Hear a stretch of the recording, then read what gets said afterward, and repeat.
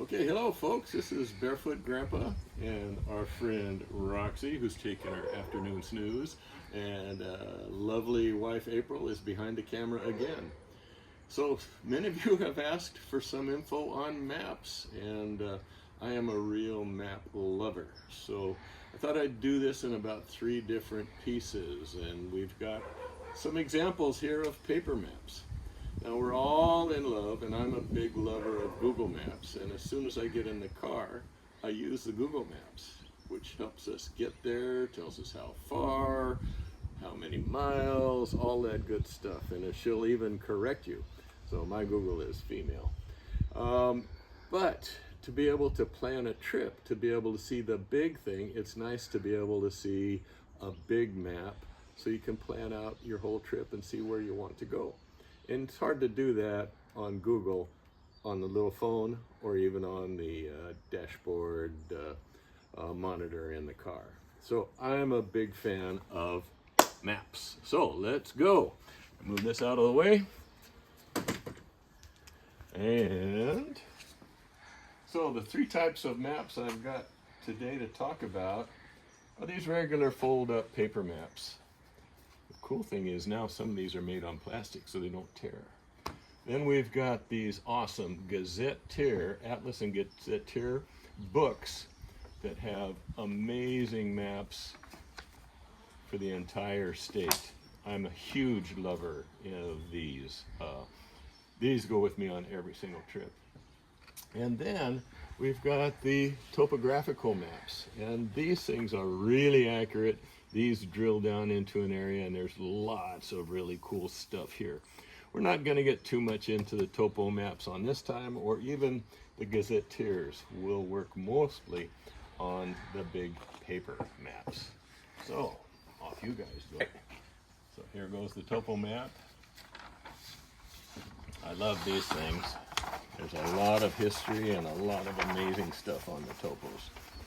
You also might see I kind of am a little bit of a rock fan, a rock hound also. Okay, most of these maps we just took with us to help plan our latest 7,500 mile road trip. We drove from California to Michigan, through Utah, Wyoming, Montana, North Dakota, Minnesota, into Michigan, and then back through Canada. Really would have had a harder time doing that great trip without maps. So we're going to take a look at Wyoming. So Wyoming recreation map, and I got this off of Amazon. So now, like most times with Barefoot Grandpas, we don't practice ahead of time. April's going to ask some questions just as they come to her mind. So, and there again, saying so again. That's a hard habit to break. What we've got here is the entire state of Wyoming. One of the coolest things about this map in itself is we were kind of planning on going to the Tetons in Yellowstone, but it was really crowded. It's hard to find a campsite, and it's hard to go with a dog. So I was looking at this as I was talking to my sister, and I went, oh wow, there's all this amazing, cool desert and other mountain ranges in the middle of Wyoming. So we decided to run up through the middle of Wyoming, through what's called the Red Desert and the Great Divide Basin, and then the Undivided Desert. We saw a little bit of the Wind River Mountains. We saw this great area up here in the north, and then on into Montana. Now the cool thing about this is we can see the entire state. We go from Evanston here to Cheyenne, to Gillette, to Yellowstone. All of the roads. One of the really cool things I like about this kind of a map is everything here in yellow, come on in closer, is BLM land. This is Bureau of Land Management. So all of this land is open. And then we get into the greens, that's National Forest. And then we get into the purples, that's national parks. And then we've got this kind of orange, and that's the Wind River Indian Reservation. So just by looking at this, I can tell that through a lot of this country, we can wild camp. We can pull off into the BLM ground and just set up and camp wherever we want. And we found some pretty spectacular spots. April said earlier, what kind of questions do we have? Well, one is every map has north at the top, south at the bottom, west at the left, and east at the right. There's lots of information. We've got all of the main roads.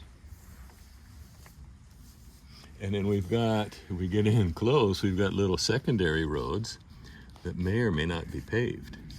This is where I get really excited, is to see these secondary roads and see what we can find. Coming up through here, we ended up in the Wind River Canyon, which was spectacular. Unbelievable, big cliffs, the Wind River running through the middle of it, and just one of the most spectacular roads that we've been on. So here